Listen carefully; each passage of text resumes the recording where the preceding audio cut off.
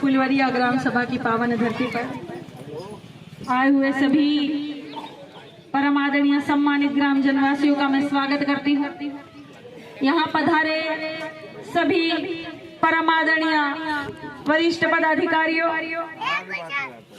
आदरणीय विधानसभा अध्यक्ष संजय यादव जी, जिला उपाध्यक्ष आदरणीय देवेंद्र भूषण निषाद जी, आदरणीय प्रदेश सचिव पिछड़ा वर्ग के आदरणीय मनोज कुमार निषाद जी, जोन प्रभारी आदरणीय बालेश्वर यादव जी, आदरणीय जिन्होंने अपनी बातों से बहुत शुभ आशीष देते हुए, आशीर्वाद देते हुए अपील की, आदरणीय प्रवीण तिवारी जी, आदरणीय डॉक्टर मदन यादव जी, आदरणीय जय गौतम जी, आदरणीय संजय यादव जी, आदरणीय रामज्ञ मौर्य जी, आदरणीय ओम प्रकाश भाई, आदरणीय ब्रजपाल यादव जी, आदरणीय श्री राम यादव जी, आदरणीय देवेंद्र जी, बूथ अध्यक्ष आदरणीय नवरंग चौधरी जी, बहुत बहुत धन्यवाद भाई। आदरणीय शैलेश यादव जी, आपको भी बहुत बहुत कोटि कोटि धन्यवाद।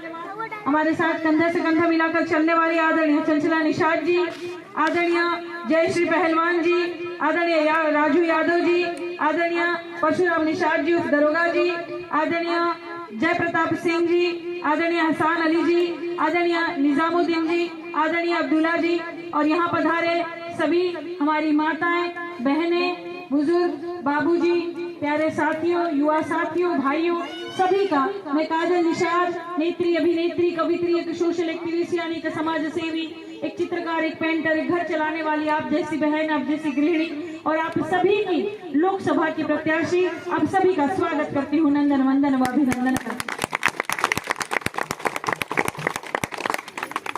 एक अपील करने आई कि जैसे प्रवीण भैया ने कहा कि लगातार संघर्ष कर रही हूँ, 14 साल हो गए मेरे संघर्ष को। 14 साल में प्रवीण भैया श्री रामचंद्र जी का वनवास भी पूरा हो गया था। मेरा वनवास कब पूरा होगा?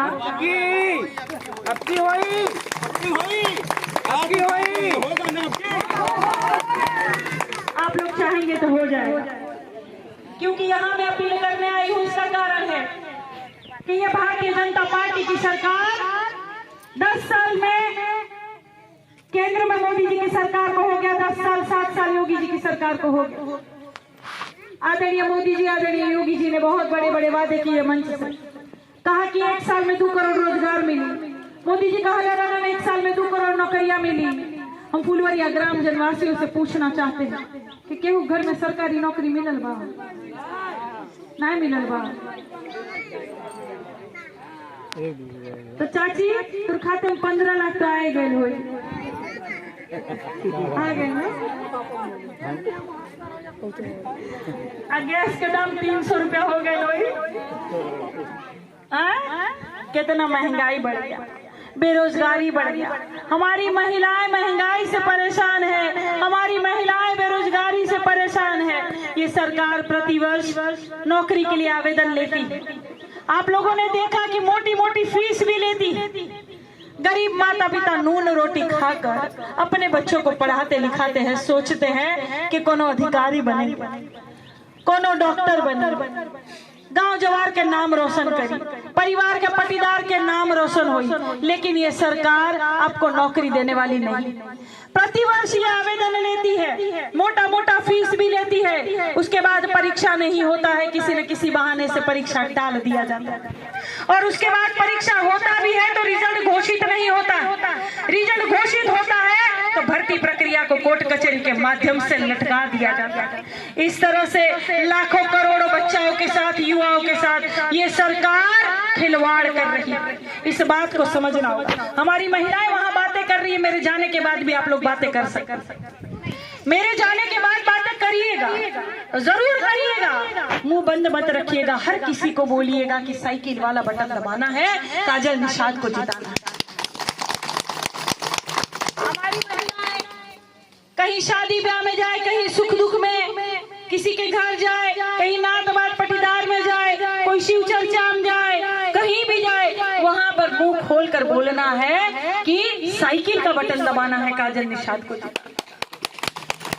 हमारे जितने भी यहाँ भाई विराजमान हैं,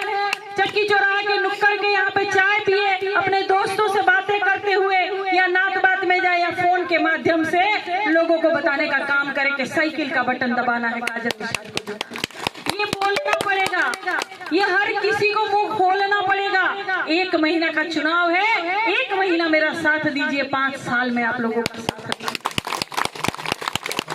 बोलना पड़ेगा मुंह से, ये नहीं कि यहाँ से जाकर सुनकर अपने अपने घर में सो गए। आप लोग खाना खाकर कोई सो गए या कोई और कुछ कर रहा है, कोई हमारे युवा साथी मोबाइल में लग गए, जो सोशल मीडिया के माध्यम से युवा साथी जुड़े हुए हैं, सोशल मीडिया में वीडियो वायरल करे, फोटो वायरल करे, वहां लिखे कि काजल निषाद को जिताना है, साइकिल का बटन दबाना है। क्योंकि हर कहीं जहां भी मैं जा रही हूँ, हर ग्राम जनवासी, सर्व समाज के लोग एक ही बात कह रहे हैं कि अब की भाजपा को हटाना है, काजल निषाद को जिताना है।